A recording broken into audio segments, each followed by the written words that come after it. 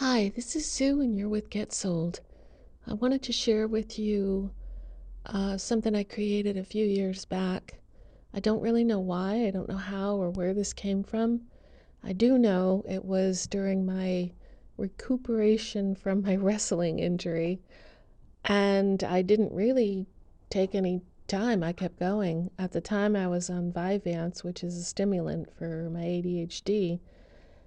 And I just began building this memorial for my French father, butterflies in Paris, I call it. Besides the medication, which made me hyper stimulated, I think this may have been a grandiose stage that I perhaps never had as a child after going through a very dark spell.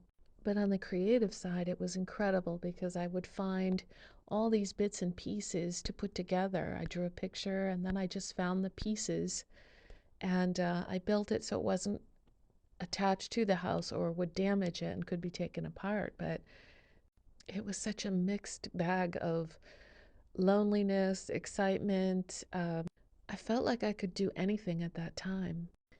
I wanted to have a big party for my TOS family here. But I also had a ton of time blindness, and I had no idea how long it was going to take to build. I think I was funneling so much emotion and energy into this project. I will say, after this project, I did decide to get off of Vyvance, and I have not been able to do anything of this magnitude since.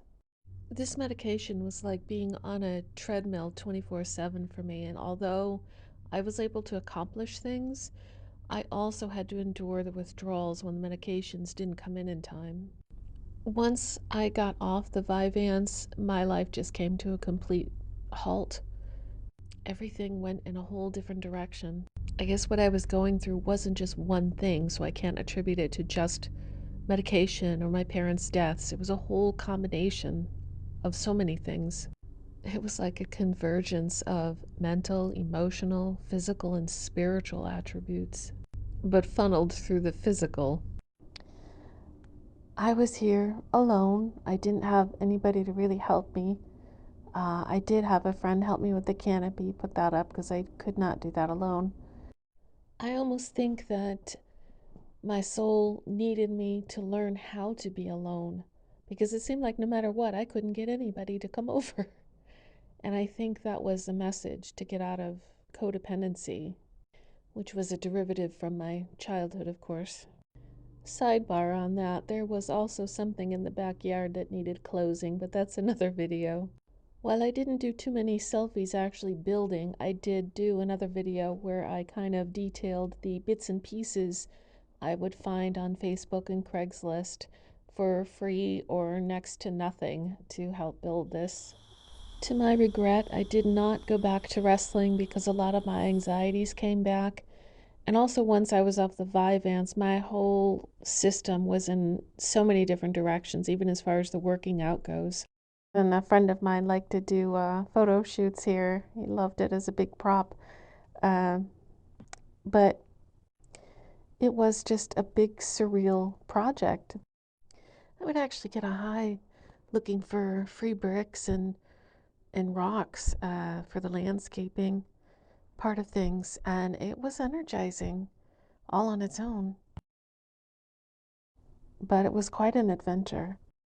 My first big gathering here didn't come until probably 3 years later. I have my aunt's pictures up underneath the ceiling and my pictures of Paris that I took when I went. My aunts are pure Parisian French women, as is my Grandma Troussel. Seems 2019 was a year I completely forgot about. From these photos with the bistro and other modeling things I did, I completely just blanked out when 2020 came. It was, well, everyone was pushed into other things. So this hawk was with me for a very long time at the beginning of making the bistro. About my creation process, I'm very excited by aesthetics. So as I was building this, If you can see from the beginning to the end, each phase I try to pretty up so that I could go at any time and feel the illusion. So sometimes I would do things in a reverse order so that I would stay inspired and wanting to create.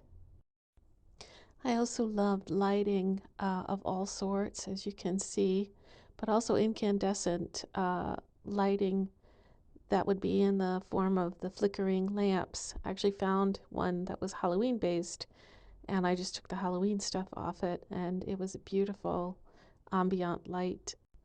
I later took the TV out, but in the beginning, it kind of made it feel like a sort of a sports bar sort of thing, as well as a Paris bistro.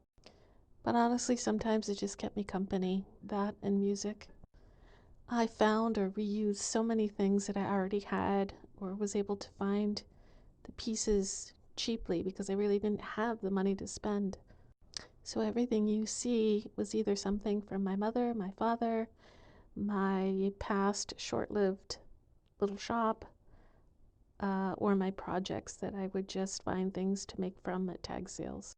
The hardest part of this endeavor was finding French doors because at the time they were just going for so much money. I did have a friend donate a pair of doors and I was so grateful.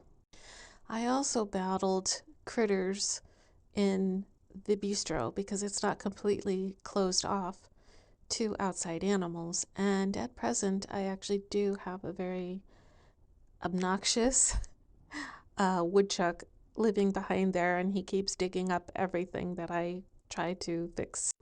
But because I love animals, I just deal with it because he was there before I was to some extent. So I try to cohabitate with the animals that are around. They'll show themselves on my cameras around the house. It's kind of funny. Finish it up. So thanks for checking. So this is Papillon en Paris, or Butterflies in Paris, Faux Bistro.